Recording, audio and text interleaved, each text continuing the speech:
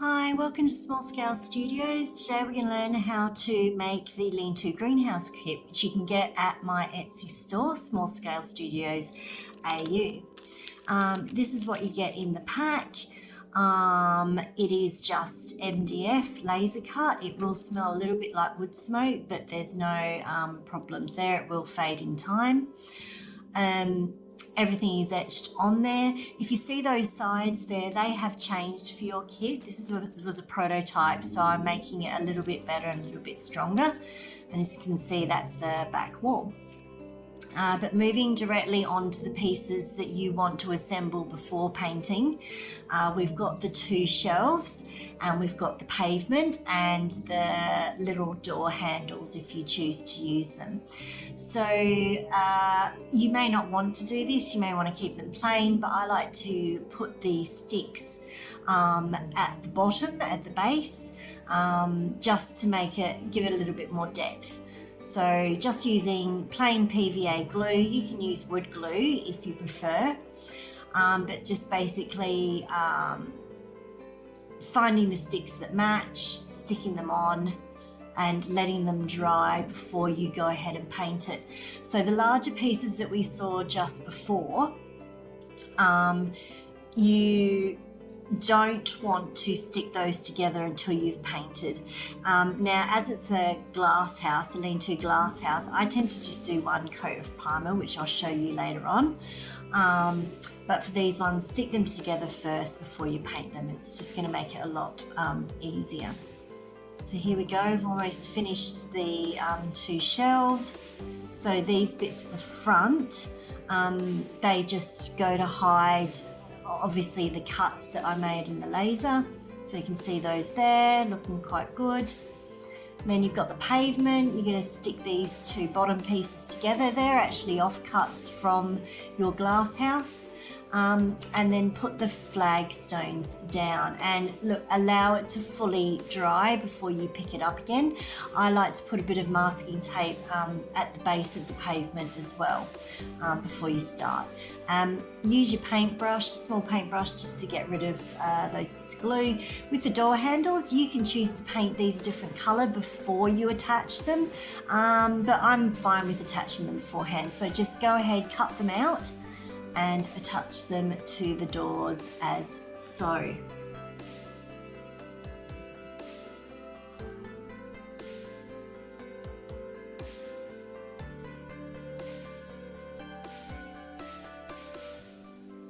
Coming up, you've got the back wall. You just need to stick the longer sticks in where the etchings are found. This just gives, again, a bit more depth at the back. All right, coming up is your painting. Lay out all your pieces on something protective, and I just use plain white primer. And look, I don't do too much to it, just a quick paint. Use the back of your craft knife to etch out the lines because the paint will cover it a little bit. And that gives it a nice sort of rough effect, and you can see that on the door as well, that I've gone over that. So just etch through the lines. Here we've got the windows, so you'll get a couple of pieces of transparent film. I like to mark it up with a pen, cut it to size, check that it's correct, and then glue it down. So for this one, there's a little internal frame that you can use to sandwich in the film. So here we go, I've placed the film, stuck it down, add a little bit more glue to the frame and then stick that down too. So that goes on the inside of your glass house. And then the book there, I'm just showing you, I've put it under a book to flatten it. This one, same sort of thing, just marked it out, cutting it to size, sticking it down and then sandwiching it between the front door panel as so. Now if you want hinges, in a minute I'll show you, there'll be some electrical tape, and with that electrical tape you need to just gently stick it down the side. Here it is, with the sticky side facing up, and then that will actually allow you, once you sandwich the two pieces together and trim it, to actually create a really effective door hinge. So I've done that with the two innermost doors. So you can see I've stuck it down, it's pretty secure there. And then I'll tape it together with masking tape just to let it dry. And then as you can see, I've attached the tape to the inside of the door. And you can see it opens and closes just fine. This is the roof section. So I mark it up on the top roof section, cut it to size, double check, trim it a little bit more, and then just use, my PVA glue to go around, stick it down, and then attach it to the base piece. The base piece there that you see, you won't have the notches. I've changed that design. I didn't like it very much, but what I do like to do is overlap it so it's not perfectly parallel to each other. And here we've got the back windows. There is nothing to actually enclose this or go over it because you don't see it once you put the dollhouse together. So we just put that at the back. And that actually goes over the electrical tape of the other door, and that makes it a little bit more solid. So you can see it there, all finished.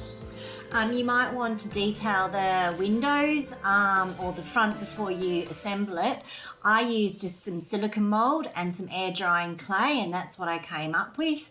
But you might want to use popsicle sticks or anything else like that. I tend to stick the clay on while it's drying, and it makes it nice and solid. So I just use PVA glue so I can mold it. Now we're on to the assembly. So with the front, just a bit of wood glue on the pavement and on the top.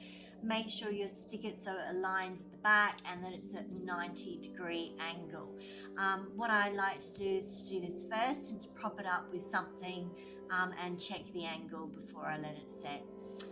With the back wall and the walls and the floor is just a little bit of wood glue on some of the notches, slot it in, and then use just a little bit of masking tape to hold it in place. I like to leave it for a good couple of hours just before I take the masking tape off, just to make sure it's set properly.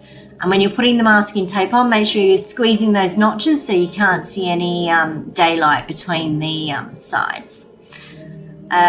Note that I've cut the notches off at the top. Obviously, yours won't come with any notches. I've changed the design ever so slightly. So here we go, masking tape's on and secure. And then I'm ready to move on and do the shelves. The shelves line up with the window beams, and there is a vector line that will show you that. So there are guidelines there. Squeeze the walls together a little bit to make sure the shelves are attaching, and then it's simply using a bit of masking tape on the back and on the sides to make sure that it's secure. Again, don't play with it once you've secured with it for a good couple of hours, and you can see that it lines up really nicely. And make sure that it's straight and that it's not leaning forward or anything like that. You don't want your plants to fall off. And then that's the second one. And then on with the roof, again, you won't have the notches at the back, but it's a simple glue it, stick it, and we are done.